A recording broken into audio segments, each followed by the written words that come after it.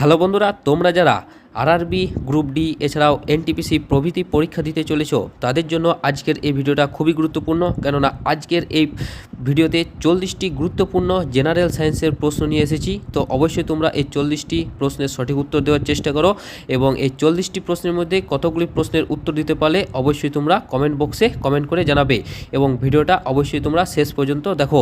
তো চলো শুরু করি আজকের প্রথম প্রশ্ন দিয়ে। তো দেখো, আমাদের আজকের প্রথম প্রশ্ন হলো, কোনো মৌলের পারমাণবিক সংখ্যা বলতে সাধারণত কি বোঝানো হয়? তো কোনো মৌলের পারমাণবিক সংখ্যা বলতে সাধারণত বোঝানো হয় প্রোটনের সংখ্যা। ওই মৌলের পরমাণুর মধ্যে থাকা প্রোটনের সংখ্যাকে ওই মৌলের পারমাণবিক সংখ্যা বলা হয়। পরবর্তী প্রশ্ন দেখো, 2 নম্বর প্রশ্ন, একটি পরমাণুর ভর বলতে মূলত কোন কণাগুলির মোট ভরকে বোঝানো হয়? তো দেখো, এখানে সঠিক উত্তর হচ্ছে অপশান বি, প্রোটন এবং নিউট্রন। প্রোটন এবং নিউট্রনের মোট ভরকে বোঝানো হয়। পরবর্তী প্রশ্ন, এমন কোন মৌল আছে যার অণুতে 2-এর বেশি পরমাণু থাকে? তো দেখো, 3-এর এখানে সঠিক উত্তর দেওয়ার চেষ্টা করো। তো 3-এর এখানে সঠিক উত্তর হচ্ছে অপশান সি, সালফার। সালফার হচ্ছে এখানে সঠিক উত্তর। পরবর্তী প্রশ্ন, হাইড্রোজেন গ্যাসের একটি অণুতে মোট কয়টি পরমাণু থাকে? হাইড্রোজেন গ্যাসের একটি অণুতে মোট পরমাণু থাকে 2টি। অপশান বি হচ্ছে এখানে সঠিক উত্তর। পরবর্তী প্রশ্ন, শতাধিক পরমাণু নিয়ে গঠিত অণুর একটি উদাহরণ দাও। তো শতাধিক পরমাণু দিয়ে গঠিত একটি উদাহরণ হলো অপশান সি, প্লাস্টিক। প্লাস্টিক হচ্ছে এখানে সঠিক উত্তর। পরবর্তী প্রশ্ন, আমরা সাধারণত ব্ল্যাকবোর্ডে যে চক ব্যবহার করি তা কোন যৌগ দিয়ে তৈরি হয়? তো আমরা স্কুল কলেজ যে কোনো জায়গায় যে ব্ল্যাকবোর্ডে লিখবার জন্য যে চক ব্যবহার করি তা মূলত ক্যালসিয়াম কার্বনেট দিয়ে তৈরি। ক্যালসিয়াম কার্বনেট দিয়ে তৈরি। পরবর্তী প্রশ্ন, ক্যালসিয়াম কার্বনেট সাধারণত কোথায় দ্রবীভূত হতে দেখা যায়? তো ক্যালসিয়াম কার্বনেট সাধারণত জলস্রোতে সবথেকে ভালো দ্রবীভূত হয়, জলস্রোতে। পরবর্তী প্রশ্ন, ক্লোরোপিক্রিন নামটি কোন ধরনের গ্যাসের রাসায়নিক নাম? তো দেখো, এখানে সঠিক উত্তর হচ্ছে অপশান বি, কাঁদুনে গ্যাসের নাম হচ্ছে, কাঁদুনে গ্যাসের রাসায়নিক নাম হচ্ছে ক্লোরোপিক্রিন।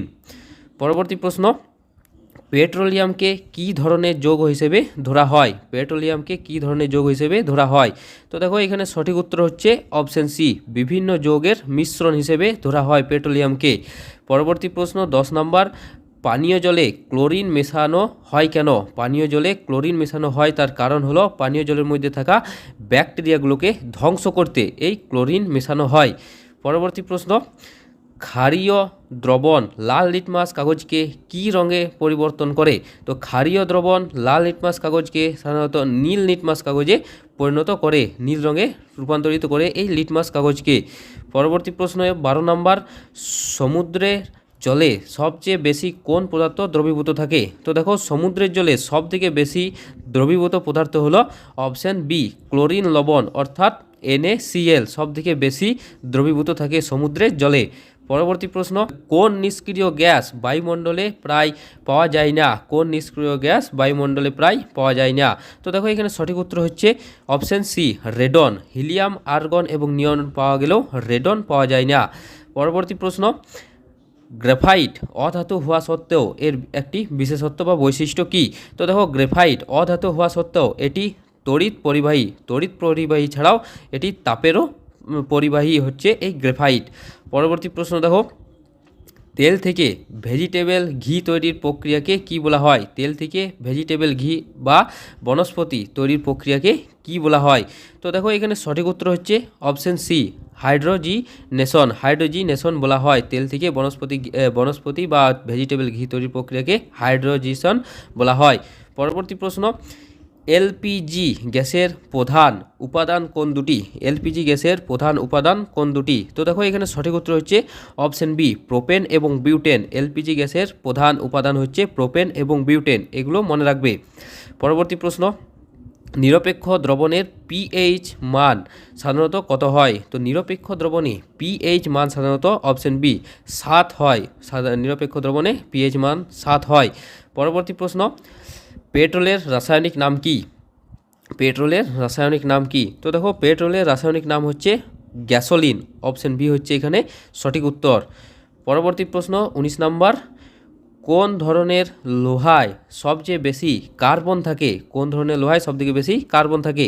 তো দেখো এখানে সঠিক উত্তর হচ্ছে কাস্ট আয়রন। কাস্ট আয়রনে সবথেকে বেশি কার্বন থাকে। এখানে কার্বনের পরিমাণ প্রায় 2% থেকে 4% কার্বনের পরিমাণ, এবং সবথেকে কম কার্বন থাকে রট আয়রন, যাকে বিশুদ্ধ লোহা হিসেবেও পরিচিত। পরবর্তী প্রশ্ন, কৃত্রিম সিল্ক নামে পরিচিত পদার্থ কোনটি? কৃত্রিম সিল্ক নামে পরিচিত পদার্থ হলো অপশন বি, রেয়ন। রেয়নকে বলা হয় কৃত্রিম সিল্ক, এটা মনে রাখবে। পরবর্তী প্রশ্ন, অ্যালকোহল বা ইথাইল অ্যালকোহলের হিমাঙ্ক প্রায় কত ডিগ্রি সেন্টিগ্রেড?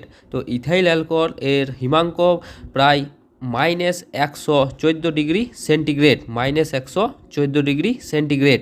পরবর্তী প্রশ্ন, মোমবাতি জ্বলার সময় যে পরিবর্তন ঘটে তা কোন ধরনের পরিবর্তন? তো দেখো মোমবাতি জ্বলার সময় সাধারণত ভৌত পরিবর্তন এবং রাসায়নিক পরিবর্তন দুটি ঘটে থাকে, অর্থাৎ এখানে সঠিক উত্তর হচ্ছে অপশন সি, উভয়ই। অর্থাৎ মোমবাতি যখন কঠিন পদার্থ থেকে তরল পদার্থে পরিণত হয় তখন ভৌত পরিবর্তন ঘটে, এবং যখন প্রদীপ জ্বলতে থাকে তখন অক্সিজেনের প্রভাবে রাসায়নিক পরিবর্তনের ফলে আলো উৎপন্ন করে। এটি মূলত রাসায়নিক পরিবর্তন, তাই এখানে সঠিক উত্তর উভয়ই।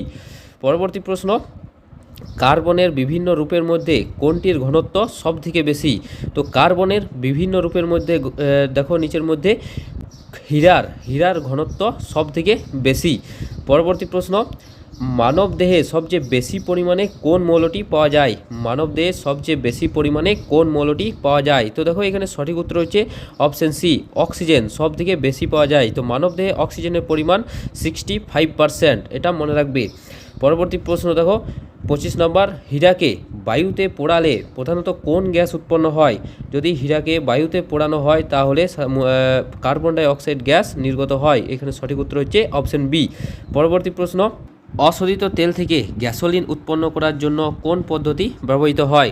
তো অশোধিত তেল থেকে গ্যাসোলিন উৎপন্ন করার জন্য আংশিক পাতন এই পদ্ধতিটি ব্যবহার করা হয়। পরবর্তী প্রশ্ন, নিচের কোন অধাতুটি আলোর প্রতিফলন করতে পারে? তো নিচের মধ্যে দেখো কোন অধাতুটি আলোর প্রতিফলন করতে পারে? তো এখানে সঠিক উত্তর হচ্ছে অপশন সি, সিলিকন। সিলিকন কোনো ধাতুও নয়, অধাতুও নয়, অর্থাৎ এটি ধাতু এবং অধাতুর মিলিত, অর্থাৎ এটি ধাতু কল্প সিলিকন, আর এটি আলোকে মূলত প্রতিফলন করে। পরবর্তী প্রশ্ন, কোন ধাতুটি জলের সঙ্গে খুব সহজেই বিক্রিয়া করে? কোন ধাতুটি জলের সঙ্গে খুব সহজেই বিক্রিয়া করে? তো দেখো এখানে সঠিক উত্তর হচ্ছে অপশন সি, সোডিয়াম। সোডিয়াম সাধারণত জলের সঙ্গে খুব সহজেই বিক্রিয়া করে থাকে। পরবর্তী প্রশ্ন, নিচের কোনটি সবচেয়ে খাঁটি লোহা হিসেবে পরিচিত? তো 29-এর সঠিক উত্তরটি তোমরা দেওয়ার চেষ্টা করো। এটি মূলত কমেন্ট বক্সে কমেন্ট করে তোমরা জানাবে। এর আগে আমি বললাম যে সবচেয়ে খাঁটি লোহা কাকে বলা হয়, তো অবশ্যই তোমরা কমেন্ট বক্সে কমেন্ট করে জানাও।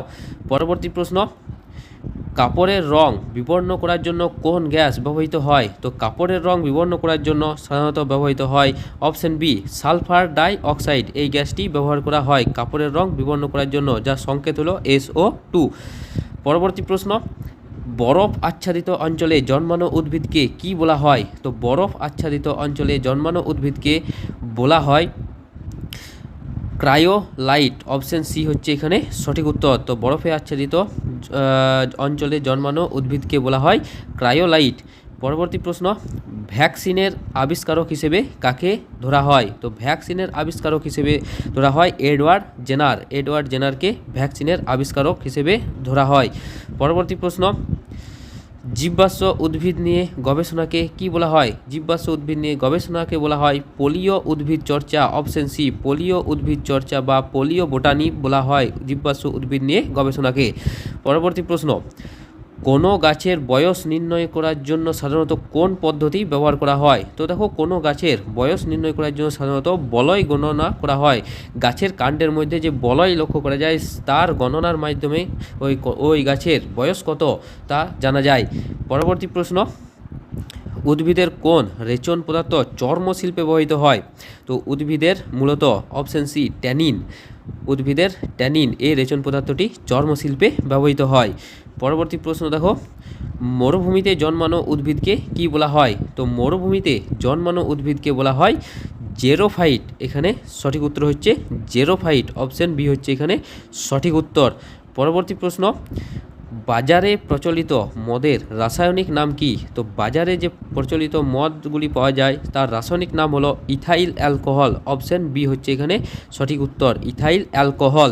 পরবর্তী প্রশ্ন দেখো, সোনার সর্বোচ্চ বিশুদ্ধতা কত ক্যারেটের হয়? তো সোনার সর্বোচ্চ বিশুদ্ধতা হয় অপশন ডি 24 ক্যারেট। অর্থাৎ এই 24 ক্যারেট সোনার 24 ক্যারেট সোনাতে সোনা থাকে 99.9% সোনা লক্ষ্য করা যায়।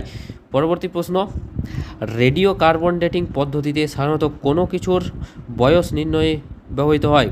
মানে এখানে বোঝাতে চাইছে যে রেডিও কার্বন ডেটিং পদ্ধতির মাধ্যমে কার বয়স নির্ণয়ের জন্য ব্যবহৃত হয়? তো রেডিও কার্বন ডেটিং মাধ্যমে জীবাশ্মের বয়স নির্ধারণে এটি ব্যবহৃত হয়, এই রেডিও কার্বন ডেটিং পদ্ধতিটি।